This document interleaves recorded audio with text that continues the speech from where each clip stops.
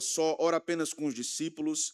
Ele está nos guiando progressivamente, nos conduzindo a um grande desfecho glorioso. Observemos que, no versículo 32, o evangelista nos oferece uma informação decisiva e importante nessa passagem. Ele diz: iam pelo caminho subindo para Jerusalém. Esta frase, ela é muito importante. Vimos no sermão passado que Jesus estava indo em direção ao Gólgota. Ele estava indo em direção ao grande ponto final. Ele estava indo em direção à sua morte. E ele estava indo determinado a cumprir isso. Essa não é apenas, irmãos, uma indicação geográfica, mas é um movimento que promove uma mudança do foco da mensagem de Marcos para aqueles leitores da comunidade marcana de sua época. A seção compreendida que temos aqui precisa ser vista à luz de um grande bloco que vai de Marcos 8, 31 até Marcos 10, 52, que é onde nós estamos hoje, na última parte, no último bloco. Isso resume os últimos acontecimentos do ministério público de Jesus. Isso resume alguns anos de ministério. Nós já caminhamos aqui vários anos de ministério, observando o que aconteceu no ministério de Jesus na terra. A partir daqui, então, o evangelho se volta para os últimos momentos, a semana da paixão, da crucificação e da ressurreição. Observe. Há um episódio curioso narrado por vários historiadores, mas eu quero me ater aqui a um em especial, que além de historiador, era um filósofo espanhol chamado José Ortega y Gasset. Ele registrou isso em um de seus livros sobre filosofia da arte. Ele conta que em 1911, o famoso quadro Mona Lisa, de Leonardo da Vinci, foi roubado do Museu do Louvre. Observe só o tumulto que aquilo causou. Mona Lisa foi roubado do Museu do Louvre. O acontecimento ganhou uma repercussão internacional.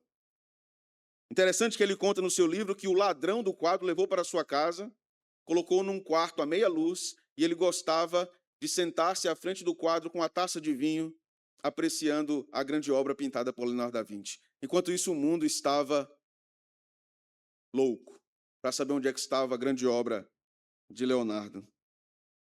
Mas o curioso não é a atitude do ladrão, o curioso é a atitude das pessoas que continuavam aí no Museu do Louvre. O lugar do quadro continuava lá. O isolamento para não se chegar perto do quadro continuava lá. E as pessoas continuavam indo até o lugar do quadro e olhando para a parede vazia. Para que tivessem pelo menos a experiência imagética, na imaginação, de que estavam olhando o grande quadro do grande pintor Leonardo da Vinci. Ortega y Gasset, irmãos, nos ensina que algo muito importante aqui a respeito dessa história. Muitas vezes, nos aproximamos de algo grandioso, importante. Nos emocionamos com aquilo e até defendemos aquilo. Mas o significado deste algo grandioso nunca penetra no nosso coração. O quadro de Mona Lisa estava em uma sala, estava num museu, estava num lugar importante. O ambiente era importante.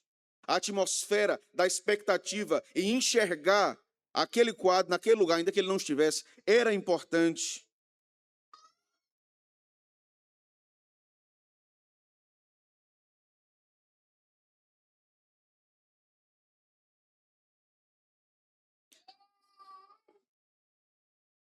Algo semelhante acontece conosco quando estamos diante dos relatos bíblicos. Certamente você já leu muito sobre o cego Bartimeu. Certamente você já se emocionou com a cura do cego. Não só dele, mas como de outros. Mas o caso de Bartimeu é emblemático porque quando nós pensamos na cura de um cego, nós nos lembramos automaticamente de Bartimeu. Não só pela cura, mas pelo clamor. Jesus, filho de Davi, tem misericórdia de mim. Diz o texto que ele era repreendido, mas continuava persistindo. Jesus, filho de Davi, tem misericórdia de mim. Irmãos, quando nós olhamos para o pedido dos discípulos, quando nós olhamos para a fala de Jesus, de novo, Jesus diz: eu vou ser perseguido, eu vou ser maltratado, eu vou ser açoitado, eu vou ser morto.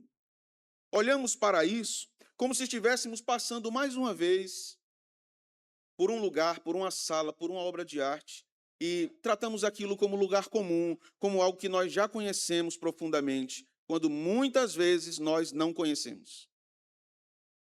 Como muitas vezes nós não discernimos. O meu caminho com vocês hoje é exatamente observarmos esse texto segundo a intenção de Marcos. O que é que Marcos quer nos ensinar aqui? O que é que encontramos nessa passagem? O caminho para Jerusalém concentra-se especialmente em dois grandes temas: a predição da paixão, a predição da morte e a natureza do discipulado. Esse texto está nos falando que Jesus vai morrer e que os discípulos precisam aprender a servi-lo como discípulos. Mas o que é que Bartimeu tem a ver com isso, pastor? Tudo. A história de Bartimeu tem tudo a ver com o discipulado. A história de Bartimeu é contada por causa do pedido absurdo de Tiago e João. Marcos insere a história da cura de Bartimeu por causa de Tiago e João. Observe aqui uma linha cronológica importante no argumento de Marcos. Lembre-se, irmãos, as crianças foram levadas pelos seus pais no começo do capítulo 10 para serem abençoadas por Jesus. Lembram disso? O que foi que os discípulos fizeram? Não tragam crianças para ele. Ele está muito ocupado com tantas coisas. Vocês trazem bebês de colo para ele. Eles repreendiam os pais que estavam trazendo as crianças. A cena seguinte, um jovem rico procura Jesus. Os discípulos repreendem o jovem rico? Não. Dão acesso ao jovem rico. E o jovem rico entra na presença de Jesus. Mas não fica, ele vai embora, porque Jesus recomenda que ele venda tudo o que tem e o siga. E ele não segue. Observe a dinâmica. Aí agora nós temos os discípulos ouvindo mais uma vez sobre a morte e fazendo um pedido absurdo. Senhor, queremos sentar um do lado e um do outro. E Jesus diz assim, trocando em palavras aqui, trocando em miúdos, isso é coisa de romano. Querer governar sobre outros é coisa de romano. Entre vocês não será assim. Veja, Jesus diz isso. Verso 43. Entre vocês não será assim. Vocês não devem desejar estar sobre os outros. Vocês devem desejar servir os outros. E aí entra a história de Bartimeu. Os discípulos queriam riqueza. Jesus diz assim, não é por esse caminho. O jovem não queria abandonar a riqueza.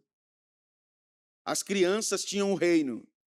Os frágeis, os debilitados, os que pedem socorro, os que pedem misericórdia, esses alcançaram o reino. Os que querem o poder, os que não querem abandonar o poder, não têm o reino. E aí vem Bartimeu e diz, Jesus, filho de Davi, tenha misericórdia de mim. E o que é que o texto diz? Ele é repreendido de novo. Assim como foram repreendidos os pais das crianças. O cego é repreendido porque, afinal de contas, um cego era alguém desprezível na sociedade naquela época, era alguém enfermo. Que utilidade essa criatura teria? Da mesma forma, as crianças eram desprezadas como não necessárias à sociedade. E aí o que é que o texto diz? E Bartimeu, sendo curado, seguiu a Jesus pelo caminho. Mais uma vez o texto está falando de discipulado. Há contrastes aqui sendo pintados por Marcos, e nós vamos investigar isso. Mas vamos lá. Primeiro, Jesus fala do seu sofrimento, verso 32 até o verso 34. Estavam de caminho, subindo para Jerusalém. E o que é que diz agora? Veja a pequena frase. O que é que diz agora? E Jesus? E aonde, irmãos? Ele ia atrás do povo, atrás dos discípulos, atrás da multidão. Ele ia ao lado da multidão. Não. Onde é que Jesus ia? Adiante. Ele estava na frente, mostrando que ele estava dirigindo o processo, de que ele estava dentro do processo e convicto que tinha que morrer para cumprir aquilo que foi acordado com seu pai. E o texto continua dizendo assim, estes se admiravam e o seguiam tomados de apreensões. O texto grego aqui diz, eles seguiam Jesus atemorizados, porque é como a gente diz no Nordeste, Jesus estava caminhando avexado na frente.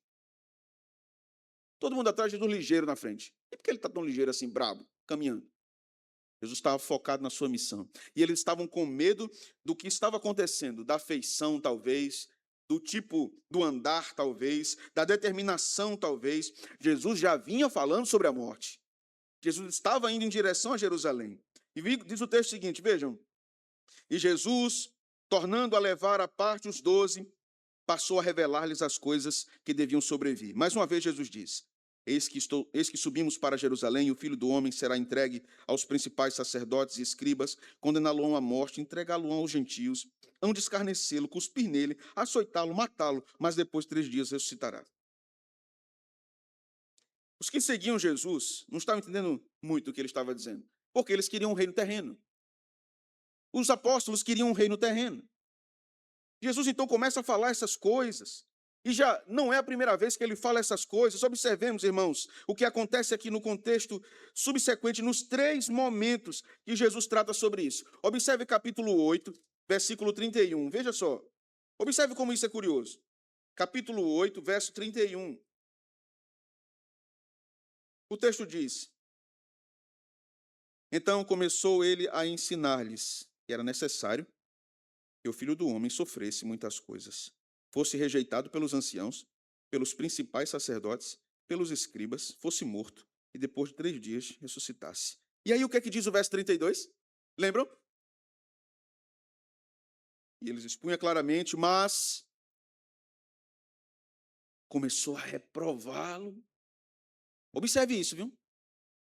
Chamou Jesus e disse: não, Senhor, essas coisas não se dizem. Tazá. Como é que diz uma coisa dessa? Alguém que é o descendente de Davi, dizendo que vai sofrer desse jeito? Não, nós temos um Messias triunfante. Agora veja o capítulo 9, versículo 31.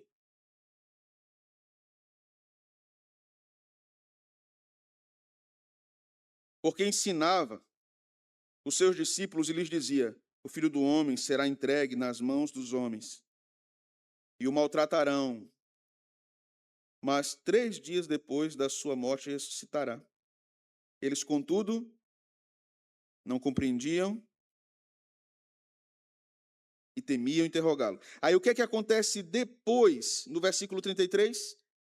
Olha, tendo eles partido para Cafarnaum, estando ele em casa, interrogou os discípulos: de que é que discorreis pelo caminho? Mas eles guardaram silêncio, porque pelo caminho haviam discutido entre si sobre quem era o maior. E ele, assentando-se, chamou os 12 e disse: se alguém quer ser o primeiro, será o último e servo de todos. Trazendo uma criança, colocou-a no meio deles, tomando-a nos braços, disse-lhe: qualquer que receber uma criança, tal como esta, em meu nome, a mim me recebe. E qualquer que a mim me recebe, não recebe a mim, mas aquele que me enviou. Veja só. Jesus fala sobre sua morte. Aí um apóstolo vem: não, Senhor, não fale isso. Jesus fala sobre a sua morte, capítulo 39 agora, verso 31. E os discípulos dizem: a gente estava conversando sobre quem é o maior. Mas isso é uma conversa da gente, Senhor. Assim, o Senhor não precisa estar por dentro disso. É só uma coisa nossa. Jesus, não, tem que ser como uma criança. Mais uma vez isso acontece. Jesus fala sobre sua morte e os discípulos mais uma vez discutem quem deve ser o maior. Nos 3 momentos, as falas dos discípulos ignoram que Jesus está falando sobre o evangelho. Eles não estão seguindo a Jesus por causa do evangelho. Eles estão querendo o poder terreno. E eles caminharam com Jesus 3 anos. Eles queriam prestígio, eles tinham essa expectativa: o Senhor nos abençoará, nos colocará em um lugar de destaque. Jesus está ensinando o caminho do discípulo, ao contrário do que eles estão pensando. Eles queriam um caminho de glória, um caminho de triunfo, um caminho de aplauso. Jesus está ensinando o caminho do sofrimento por meio da obediência. Jesus está indo na contramão de todas as expectativas dos discípulos. Jesus vai na contramão de todas as suas expectativas, meu irmão. Todas as suas expectativas. Talvez a sua expectativa seja de sucesso, de prosperidade, de triunfo, de glória. E a expectativa de Jesus é outra. Jesus afirma que será entregue aos sacerdotes. Jesus afirma que sofrerá. No verso 34 temos uma menção ao roteiro do sofrimento do Messias descrito em Isaías, porque Isaías 50, verso 6, 53, verso 3, diz assim: o Messias será zombado, será cuspido. Jesus fala isso. Isaías 50, 6, 53, 5 diz: o Messias será açoitado. Jesus fala isso. Isaías 53, 8 e 9 e 12 diz: o Messias será morto. Jesus fala isso. Jesus está dando o roteiro de como vai ser, com base na profecia de Isaías 50 e 53. Será assim, acontecerá dessa forma. serei zombado, serei cuspido, serei açoitado e serei morto. E os discípulos estão dizendo assim: nós queremos fama. Não queremos isso, Senhor, queremos fama. Não queremos sofrimento, não queremos açoite. Jesus já morreu para isso. Nós não. Jesus está dizendo: não, vocês não estão entendendo nada. Esse é o caminho. Esse é o caminho da glória. Esse é o caminho da fidelidade. O que é que aprendemos aqui, irmãos? Meus irmãos, em primeiro lugar, o cristianismo contemporâneo precisa reaprender que a cruz não é um acidente. A cruz é o centro do plano de Deus. É o centro do que Deus estabeleceu. Jesus não é surpreendido pelos acontecimentos. Jesus sabe quem o entregará, sabe quem o condenará, sabe quem o humilhará e sabe que tudo terminará do jeito que Deus estabeleceu. Ainda assim, a caminhada diante dos discípulos é convicta. Ele sabe que vai sofrer, que vai ser zombado, que vai apanhar, que vai ser morto. Mas ele vai convictamente para aquilo que o espera. A cruz não é uma derrota. A cruz é uma expressão histórica do decreto eterno de Deus triunfando sobre o pecado. Vivemos, porém, irmãos, numa época que transformou o evangelho numa promessa de conforto permanente. Muitos acreditam que a vontade de Deus é sempre nos conduzir a uma vida de estabilidade financeira, estabilidade emocional, estabilidade material, reconhecimento social. Entretanto, Jesus nos desafia drasticamente. Jesus caminha na direção do Calvário e convida os seus discípulos a segui-lo nessa direção. Jesus nos convida ao açoite, à zombaria e à morte. Você quer ir? Quer ir com ele? Essa é a resposta. A igreja precisa reaprender que a cruz não é apenas um instrumento da nossa salvação. A cruz é um modelo, é um paradigma da nossa existência, da nossa experiência. Deus não prometeu nos poupar do sofrimento.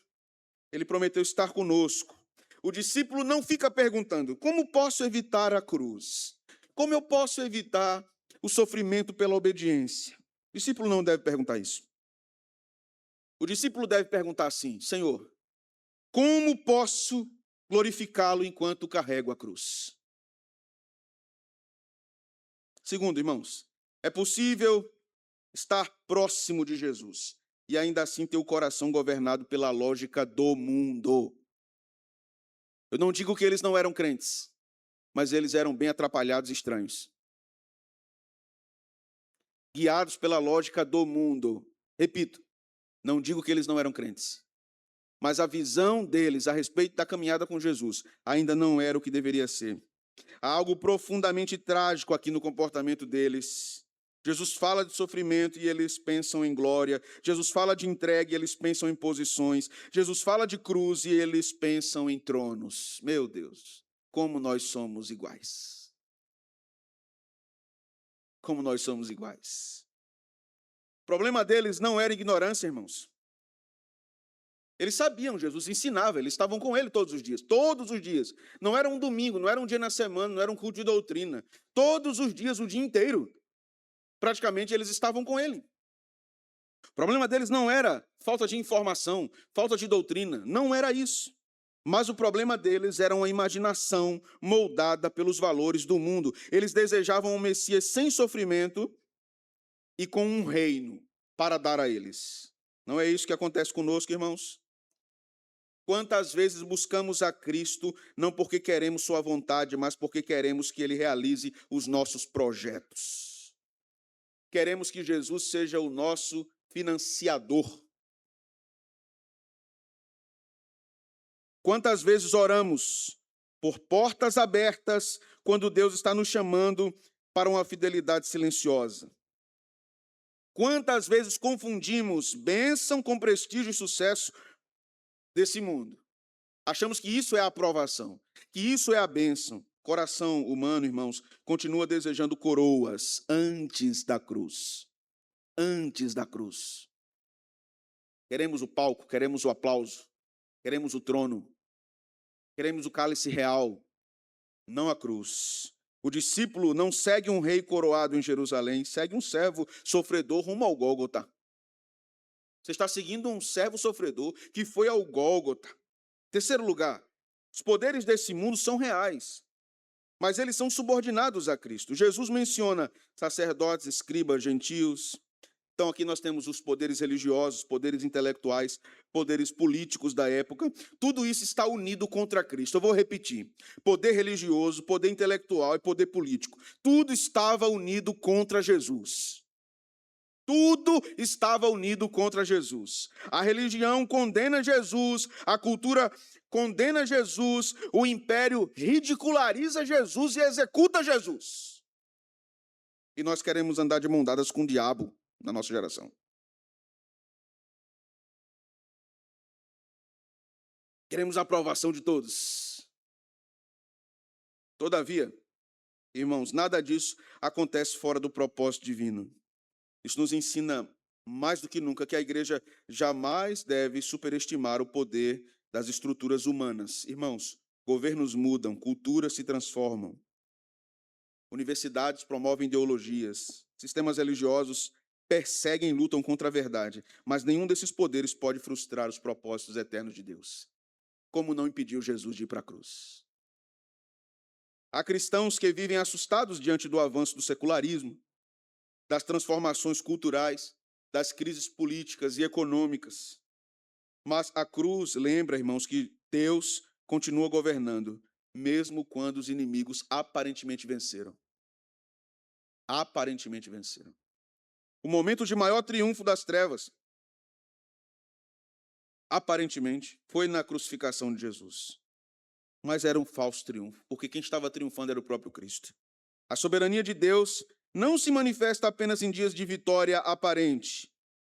Ela se revela, irmãos, sobretudo quando a providência parece obscura. Quando parece tudo confuso, a providência de Deus está prevalecendo. Quando o sofrimento parece inexplicável, a providência está prevalecendo. Creia nisso, cristão. Quarto lugar, Cristo não apenas sofreu por nós, ele sofreu diante de nós para nos ensinar sobre o sofrimento e como vivermos nesse contexto. Ele não envia seus discípulos para um caminho que ele mesmo não percorreu.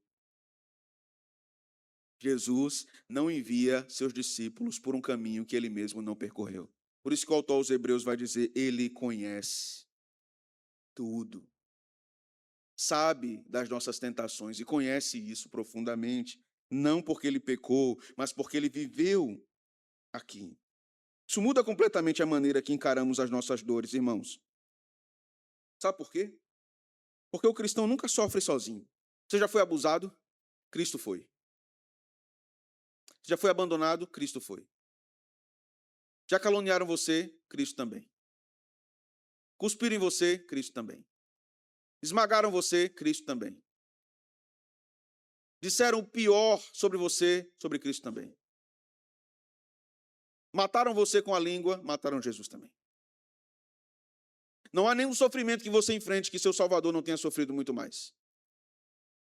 Todos os seus sofrimentos foram vividos por ele, de modo muito maior, porque você é pecador, ele não. Quando somos desprezados, lembremos, Cristo nos precedeu. Lembre disso. Quando você for desprezado, lembre, Cristo me precedeu. Desprezaram ele primeiro. Quando a obediência custava a você muito caro, lembre, Cristo me precedeu. Ele foi obediente até a morte, morte de cruz. Quando a fidelidade parece conduzir à perda, você fiel a Deus e vou perder muito, lembre, Cristo me precedeu. E há algo ainda mais glorioso aqui. Aquele que foi adiante do sofrimento, também vai adiante na ressurreição. O caminho do discípulo pode passar pela cruz, mas nunca termina nela. Nossa vida nunca termina no sofrimento, irmãos. Termina na ressurreição, na glória da ressurreição, na vitória da ressurreição, na luz da ressurreição. O Cristo que marchou resolutamente à frente. Veja o que o texto diz. Versículo de número 32. Subindo para Jerusalém, e Jesus ia adiante dos seus discípulos, subindo resolutamente, caminhando triunfantemente ao túmulo. Paulo diz assim, somos entregues à morte todos os dias, reputados como ovelhas para o matadouro.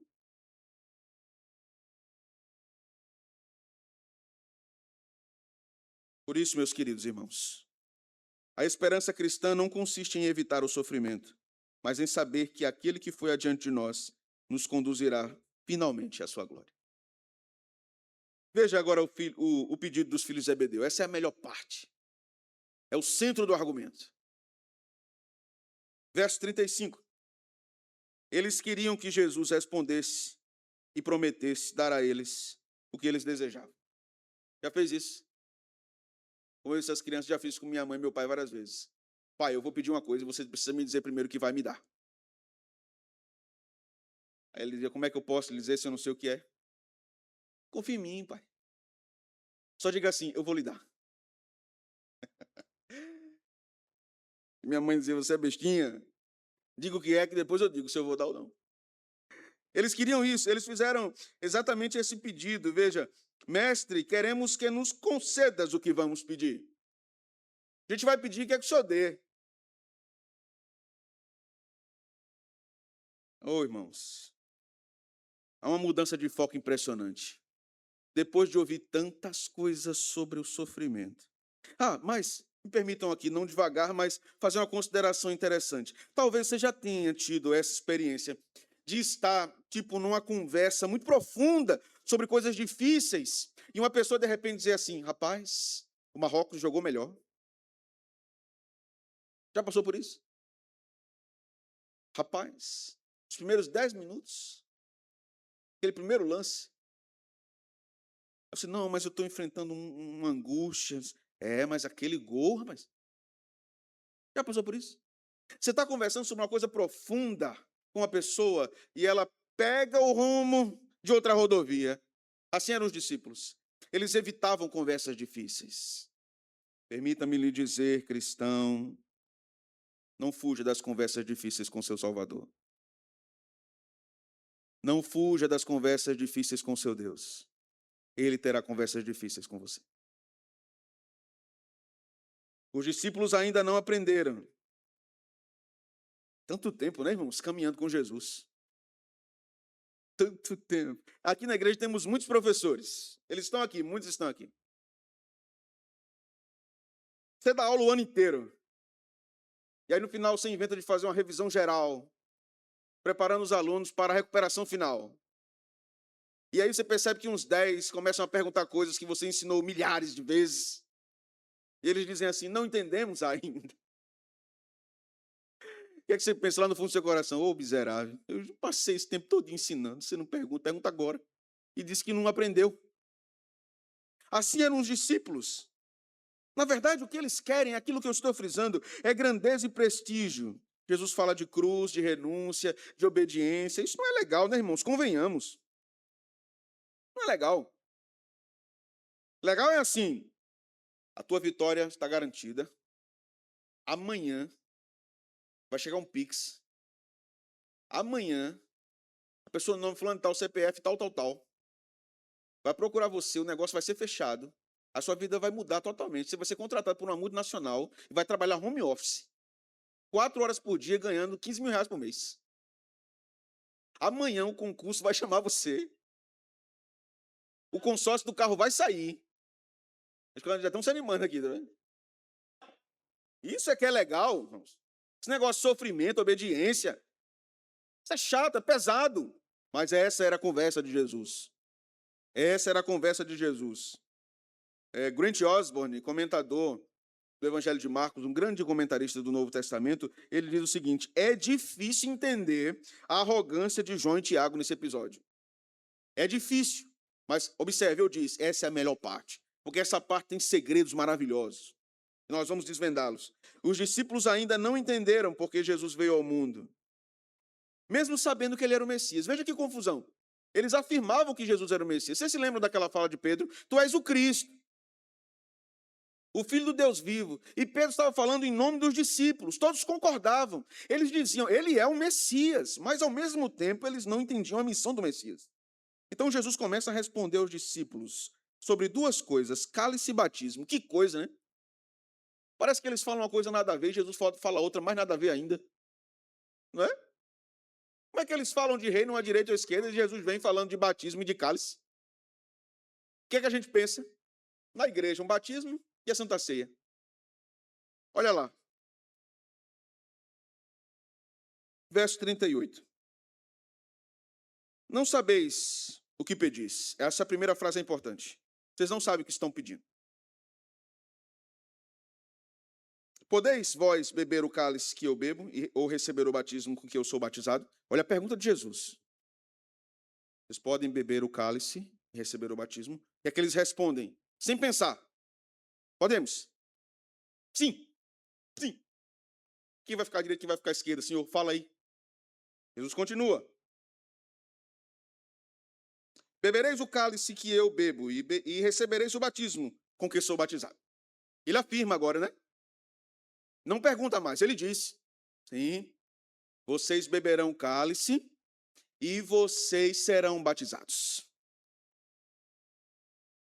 Quanto, porém, ao assentar-se à minha direita ou à minha esquerda, não me compete concedê-lo, porque é para aqueles a quem está preparado.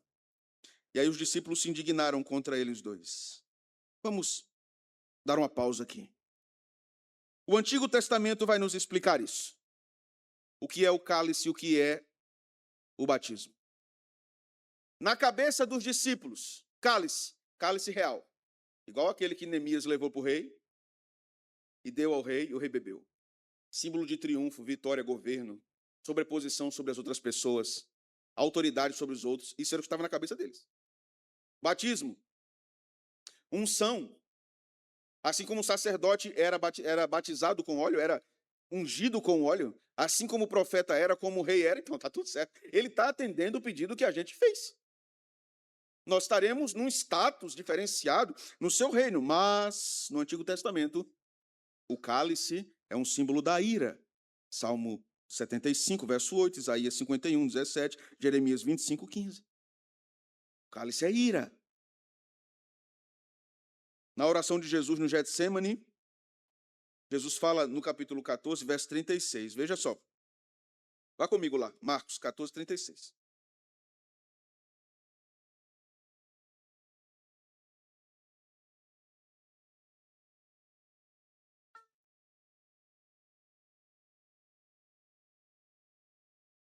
E dizia, Abba, Pai, tudo te é possível, passa de mim este cálice, contudo não seja feito o que eu quero, sim o que tu queres. Cálice aqui é morte. É sobre sua morte que Jesus está falando aqui. Quanto ao batismo, nós lemos em Jó 9, 31, 22, 11, Salmo 42, 7, que o batismo no Antigo Testamento, o termo usado por Jesus, a intenção usada por Jesus, é para calamidades que vêm sobre alguém.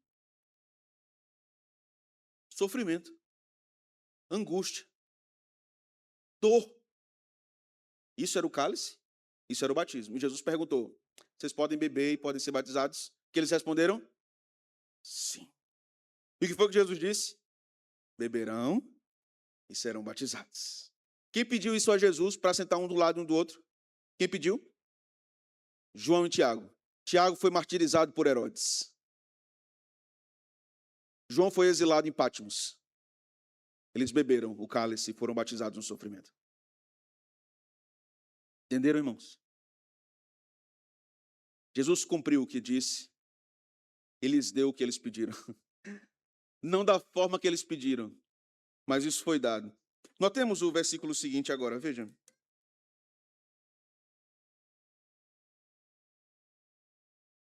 Versículo de número 42.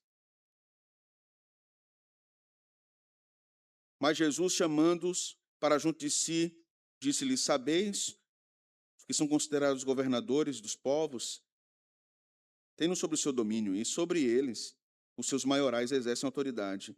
Veja que frase extraordinária. A primeira frase do versículo 43. O que é que diz? Verso 43. Jesus está dizendo aos discípulos, não existirão dominadores no meu povo. Não existem senhores sobre o meu povo. Eu sou o Senhor do meu povo. Com vocês não será assim. Não queiram uma posição de comando sobre outros. estejam ali para servir. Ele continua, pelo contrário, quem quiser tornar-se grande entre vós, será que vos sirva. Pois o próprio Filho do Homem não veio para ser servido, mas para servir. E servir como? Morrendo. O que é que Jesus estava dizendo a eles? Querem ser grandes? Morram. Morram pelos outros. Morram pela causa. Morram pelo reino. Deem a vida completamente ao reino. Irmãos, Tiago e João, eles não eram incrédulos. Eles eram pessoas íntimas de Jesus. Tiago e João viram milagres, eles ouviram sermões, eles participaram de eventos extraordinários. Vocês se lembram dos milagres? Todos os milagres que eles já viram. E ainda assim, seus corações continuavam fascinados pela glória terrena. Você pode ter visto muitas obras de Cristo na sua vida e na vida das outras pessoas. Você pode ser um discípulo de Jesus, mas ainda está fascinado com as glórias terrenas. Seus olhos ainda estão nas coisas terrenas. Há pessoas que frequentam a igreja por décadas, conhecem a linguagem bíblica, a linguagem teológica, defendem a ortodoxia, continuam buscando, ainda assim, reconhecimento e influência, achando que isso é ter honra no reino de Deus. O problema dos discípulos não era falta de teologia e de informação, era um amor excessivo por si mesmos. Quando Jesus diz assim, esses são os mandamentos, amarás o Senhor teu Deus acima de todas as coisas, e amarás... Você sabe que ali não é um mandamento para você se amar, não é? Sabe? Não é um mandamento para você se amar. O ponto ali é o seguinte, você já se ama demais. Você já é idólatra de si. Que seja assim como você é consigo, com o outro. Ame ao próximo como você ama a si mesmo. Na medida elevada que você se ama, ame o outro. Porque o seu coração já é disposto a amar excessivamente a você mesmo. O evangelho, irmãos, observe, não elimina automaticamente a nossa ambição pecaminosa, mas ele combate diariamente a nossa ambição pecaminosa. Esse é o processo santificador. Essa é a santificação. É a desconstrução dessa pecaminosidade do ego. Cristo não veio apenas para perdoar nossos pecados, mas para destruir. Observe, Cristo veio para perdoar os pecados, mas para destruir a nossa obsessão por nós mesmos. Cristo quer destruir a obsessão que você tem por si. Você é obcecado por si mesmo. Eu sou obcecado por mim mesmo. Nós nos idolatramos, nós nos adoramos. Nós pensamos em nós mesmos. E até quando achamos que estamos pensando no outro, na verdade nós estamos pensando em nós. Ou não é assim? No nosso bem. No nosso argumento. De dizer, eu me doei por você, eu abandonei o que eu queria, o que eu sonhei por você. Na verdade, nós sempre fizemos por nós mesmos, não pelos outros. A pergunta que esse texto nos diz, ou nos dá, nos faz, é muito dolorosa, muito. Seguimos Jesus porque amamos Jesus ou porque esperamos que Ele realize os nossos projetos de grandeza? Por que nós seguimos Jesus? Meus irmãos, essa continua sendo a tentação do nosso tempo. Queremos influência sem humildade, será que não é assim? Queremos influência sem humildade. Queremos autoridade sem serviço. Queremos ter autoridade sem serviço. Queremos bênção sem renúncia. Queremos vitória sem perseverança. Oramos para que Deus nos use grandemente, mas raramente oramos para que Ele nos faça pequenos. Você já orou? Faça-me pequeno, Senhor. Faça-me humilde, Senhor. Faça o menor dentre os santos, Senhor. Você já percebeu como isso evolui em Paulo? Que ele começa dizendo, em nada sou inferior aos demais apóstolos. Depois ele diz, eu também sou apóstolo de Cristo como os demais. Depois ele diz, eu sou o pior dos pecadores. Você percebe como ele foi crescendo na sua compreensão de si? E de quem ele era verdadeiramente? Isso, irmãos, significa que Deus frequentemente nos prepara para a sua obra não através de aplausos. Deus nos prepara para a sua obra através de lágrimas. Deus não nos prepara para a sua obra por meio de sucesso imediato, mas pela disciplina, pelas perdas, pelas humilhações. Os homens que pediram tronos acabam conhecendo o cálice. Tiago morreu à espada. João é exilado em Pátimos, colocado dentro de um caldeirão fervente de azeite. Este foi o cálice e o batismo. O que eles não compreenderam naquele momento, aprenderam mais tarde. Seguir Jesus significa participar tanto dos seus sofrimentos quanto da sua glória.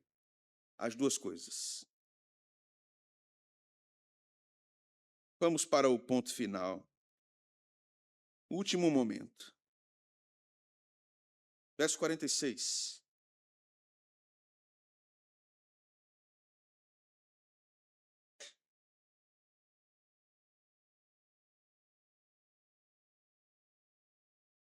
Entramos na última sala agora. Troque o filme da sua máquina. Apague as fotos que não servem. E se prepare para registrar o ápice. Ponto mais alto. O grande fechamento. A grande obra pintada aqui no Evangelho. Verso 46. E foram para Jericó.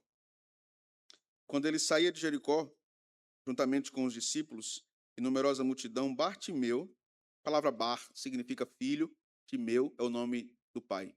Então, Bartimeu, filho de Timeu, como o próprio texto ensina, certo? Cego mendigo, filho de Timeu, estava assentado à beira do caminho. Veja, verso 32. Estavam de caminho. Quem estava com Jesus? Os discípulos, outras pessoas. Onde Bartimeu estava? À beira do caminho, não no caminho, à beira do caminho. Quem estava adiante dos discípulos no caminho? Jesus. Quem passa por Bartimeu no caminho? Jesus. Veja o que Marcos está apontando. Todos esses detalhes são importantes. O texto continua no verso 47. E ouvindo que era Jesus o Nazareno, pôs-se a clamar. O que é que ele disse, irmãos? Jesus, filho de Davi, tem misericórdia de mim. Era uma tentativa, era uma multidão que estava ali, ele estava sentado, ele ouviu alguém falar, já vem Jesus, Jesus vai passar aqui. Ele era cego, ele não via. Ele estava possivelmente com a sua aguçada audição, percebendo que a multidão vinha e que se aproximava. E que muitas pessoas falavam e comentavam sobre o nome de Jesus e sobre a passagem dele ali. Então ele põe-se a gritar: tem compaixão de mim, Jesus? Filho de Davi, tem compaixão de mim. Ele fala isso 2 vezes e é repreendido. Um homem cego, mendigando. Quem era esse, irmãos? Que importância era essa que essa criatura tinha? Quem pararia? Que astro, que figura importante, pararia e diria assim: sim, sou eu, Jesus, o que é que você precisa de mim? Um astro de Hollywood não faria isso. Mas aquele homem que foi repreendido para que escalasse, nos lembra aquelas crianças também que foram impedidas de chegar até Jesus. Mas Jesus estava impetuoso na sua caminhada. Veja, ele caminhava impetuosamente. E o texto nos dá um detalhe fabuloso. Uma palavrinha. Lembra do versículo 32? Ele ia diante dos discípulos e caminhava. Enquanto caminhava, ensinava. Mas aí no verso 49, nós temos 2 palavras, as 2 primeiras importantes. Que palavras são essas? Jesus parou. Ele ouviu aquele homem dizendo: Jesus! Irmãos, esse clamor de Bartimeu só me lembra o clamor de Davi pela morte de seu filho Absalão. Jesus, filho de Davi, tenha compaixão de mim. Um homem sozinho à beira do caminho, desprezado, cego, mendigo. sem nenhuma condição financeira, sem nenhuma possibilidade de tratamento médico, desprezado, segregado socialmente. Aquele homem grita e Jesus para. Você entende isso? Jesus parou, irmãos. Jesus parou e ouviu. Tragam ele aqui. Aquele que era repreendido, aquele que foi evitado, Jesus disse, eu quero ele, chamem ele aqui. E aí o texto é muito interessante, porque a turminha que gostava de barrar todo mundo, vai a Bartimeu e diz assim, se anime, homem, ele quer falar com você. Levante, tenha bom ânimo, não é assim que diz o texto? Ele te chama. Tão bonzinho, né, os apóstolos? Ele te chama, vá lá, falar com ele. E aí diz o texto que ele lança de si a capa, levantou-se de um salto, foi ter com Jesus. E aí, irmãos, a doçura de Jesus é impressionante. Lembra que Jesus faz a mesma pergunta? Olha só, observe como Marcos coloca isso. Marcos é genial. O Espírito Santo está guiando aqui, mas a formulação do argumento na narrativa é fantástica. Observe só o que diz aqui, o versículo de número 36. Jesus lhes perguntou. O que foi que Jesus perguntou? O que foi que eles disseram? Permite-nos que na tua glória nos assentemos uma à direita e outra à esquerda. Isso não foi o pedido? Que respondeu a pergunta de Jesus? E aí Jesus pergunta ao cego o quê? O que é que ele responde?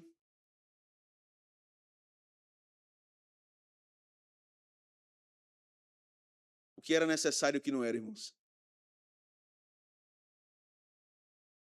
Mas o maior pedido de Bartimeu não é a cura física. Escute isso, aprenda isso, nunca mais esqueça. O maior milagre aqui não é o milagre da cegueira. Sabe por quê? Porque Bartimeu tinha uma compreensão plena e completa da obra cristológica de Jesus. Porque Bartimeu não diz apenas Jesus, filho de Davi. Para Bartimeu, Jesus era o Messias prometido e profetizado no Antigo Testamento, que restauraria as doenças de Israel, que levaria sobre si as enfermidades do povo de Deus e curaria o seu povo, na alma e na carne.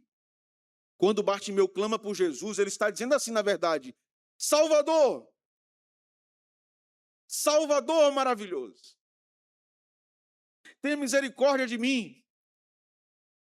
Nós cantamos, Deus que tomou meu lugar, né? Cordeiro entregue ao Calvário. Meu Deus, irmãos. Bartimeu entendia quem era Jesus. E os discípulos não entendiam. Aquele miserável homem lançado à beira do caminho sabia plenamente o poder de Jesus e a sua doçura. Os seus discípulos com ele caminhando diariamente não sabiam. Aquele homem sabia o que pedir, os discípulos não sabiam. Aquele homem não queria perder tempo conversando bobagem. Me dê o que eu vou te pedir, Senhor, dizer o que é. Ele disse, eu quero ser curado. Eu quero ver. Irmãos, Jesus cura ele. E quem é a primeira pessoa que ele vê? Jesus. Puxa. Chegamos ao salão mais glorioso do museu. Quando seus olhos se abrem, ele vê Jesus. E Marcos está pintando isso aqui com muito cuidado, como uma belíssima tela. O texto vai dizer no verso 52. Então Jesus lhe disse, vai, a tua fé te salvou. E imediatamente tornou a ver. E o que é que diz agora? Ele estava no caminho agora, irmãos. Ele não estava só esperando Jesus passar pelo caminho, agora ele estava no caminho.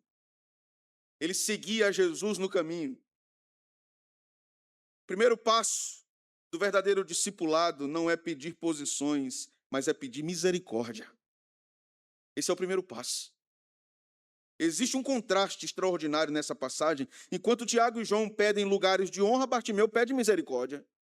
Enquanto eles pedem trono, esse homem pede salvação, pede cura. Enquanto os discípulos discutem quem será o maior, o cego reconhece a sua miséria. Tem misericórdia de mim, Senhor, eu estou na miséria. Ponha seu coração aqui na minha tragédia. Enquanto eles pensam em tronos, esse homem está querendo a graça, irmãos. Quer saber de trono? E eu quero saber de posição. Eu quero graça, graça. O que eu preciso é graça. O que você precisa, meu irmão, é graça de Deus. Você não precisa de posição, você não precisa de aplauso, você não precisa de reconhecimento, você precisa de Jesus.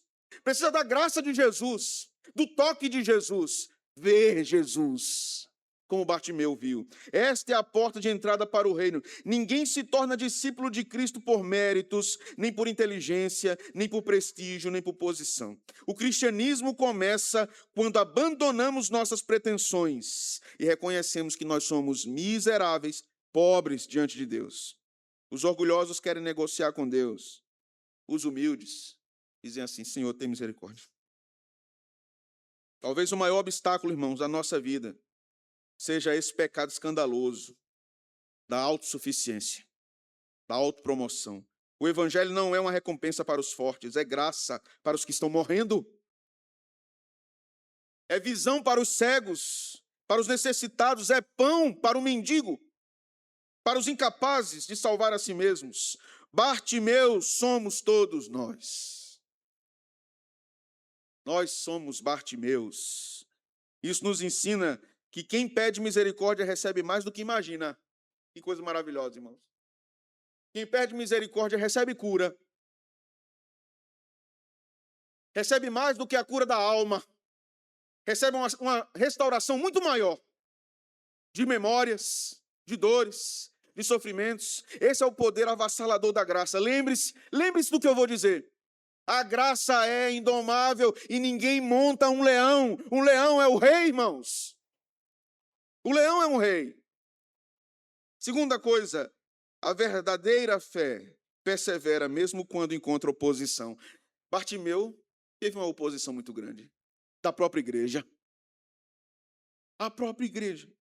Quanto mais Bartimeu gritava, mais a multidão e os discípulos tentavam silenciá-lo, mais o texto diz que ele clamava mais alto. Sua fé não dependia da aprovação das pessoas. A sua fé não deve depender da aprovação de ninguém.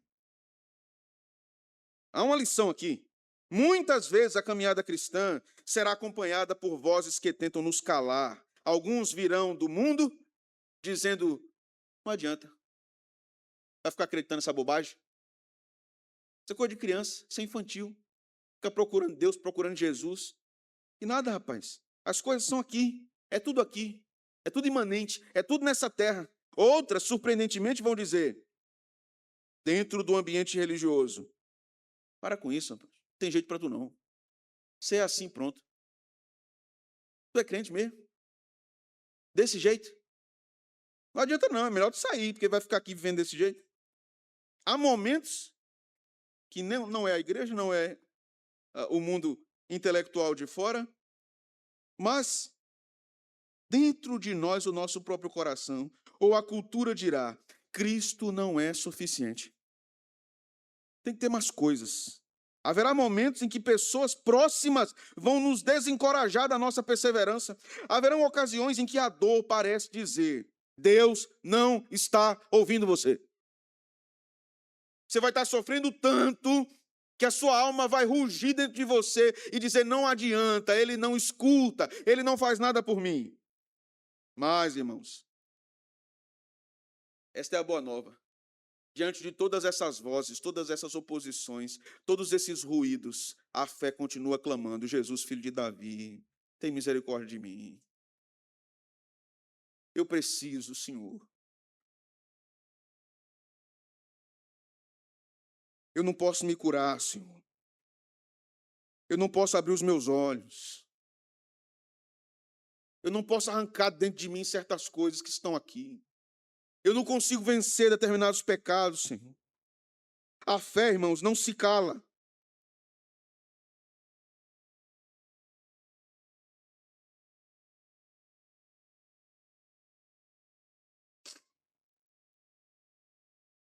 A fé não se cala diante da oposição.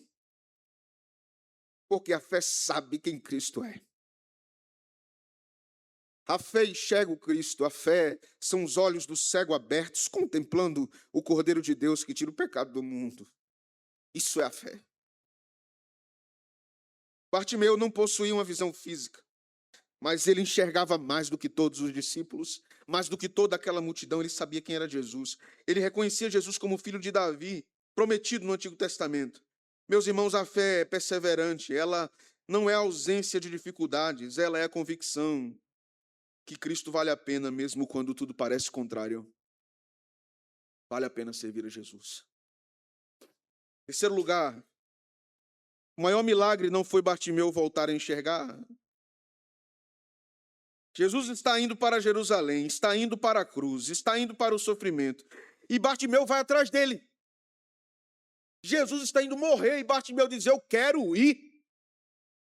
O senhor vai para onde? Eu estou indo para o Gólgota. Bora. Bora, Senhor. Eu vou. Para onde o Senhor for, eu vou. De onde o Senhor me tirou, não há morte maior do que essa. Se for para morrer na estrada com o Senhor, eu vou. Se for para seguir até lá, eu vou. O Senhor me salvou, o Senhor me ouviu. O Senhor parou no meio da multidão e disse, traga ele aqui. Chame Bartimeu. Você é Bartimeu. Onde ele disse, traga ele aqui. O Espírito Santo levou. Esta é a diferença entre admirar Jesus e segui-lo e ser um discípulo dele. Há pessoas que buscam Jesus apenas para resolver seus problemas, aliviar suas dores, lhe dar bênçãos temporárias, mas a verdadeira fé deseja algo muito maior. Deseja estar com Jesus, mesmo que o caminho conduza à dificuldade.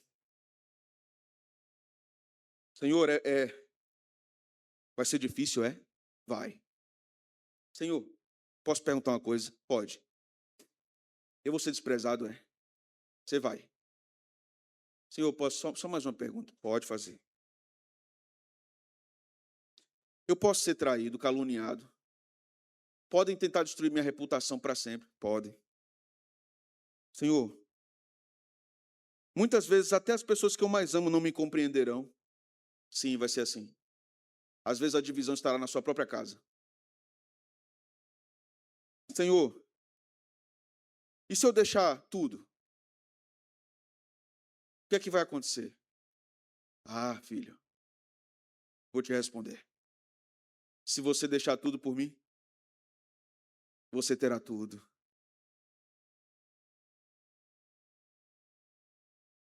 Você não perderá nada, filho. Você terá tudo. Chegamos ao final.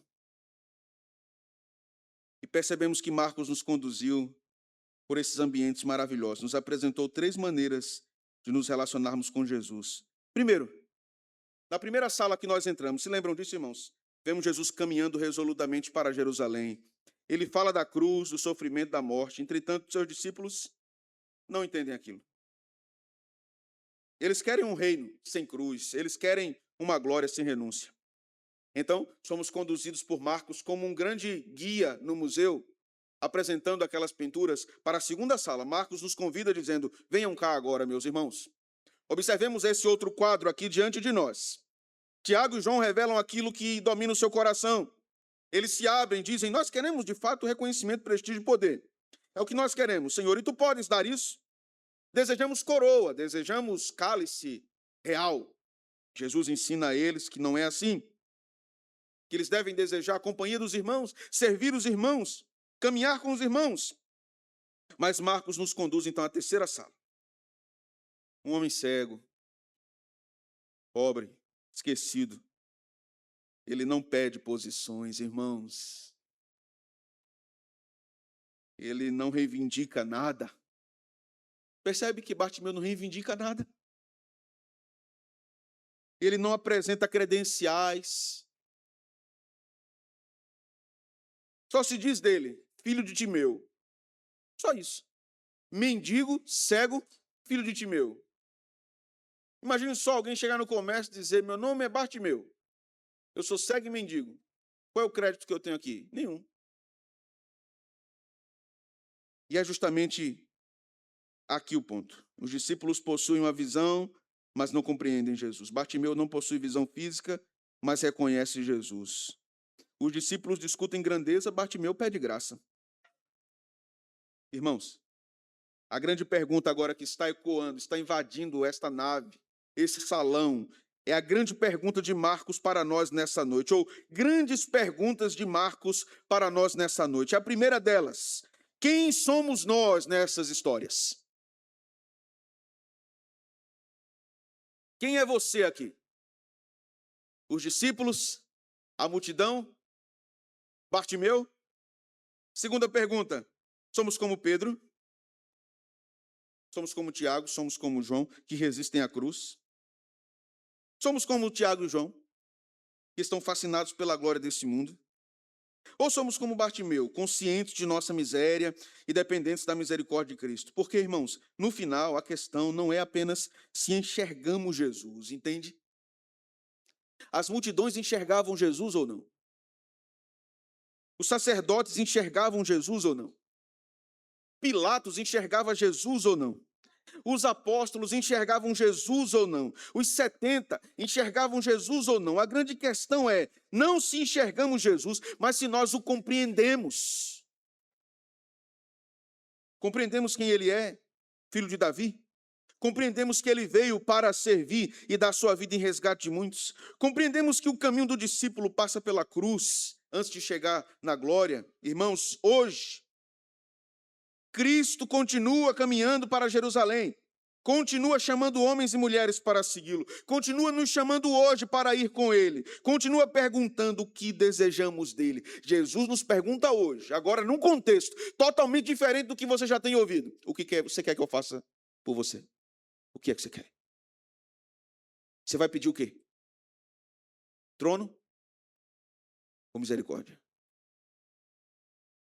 O que é que você vai escolher?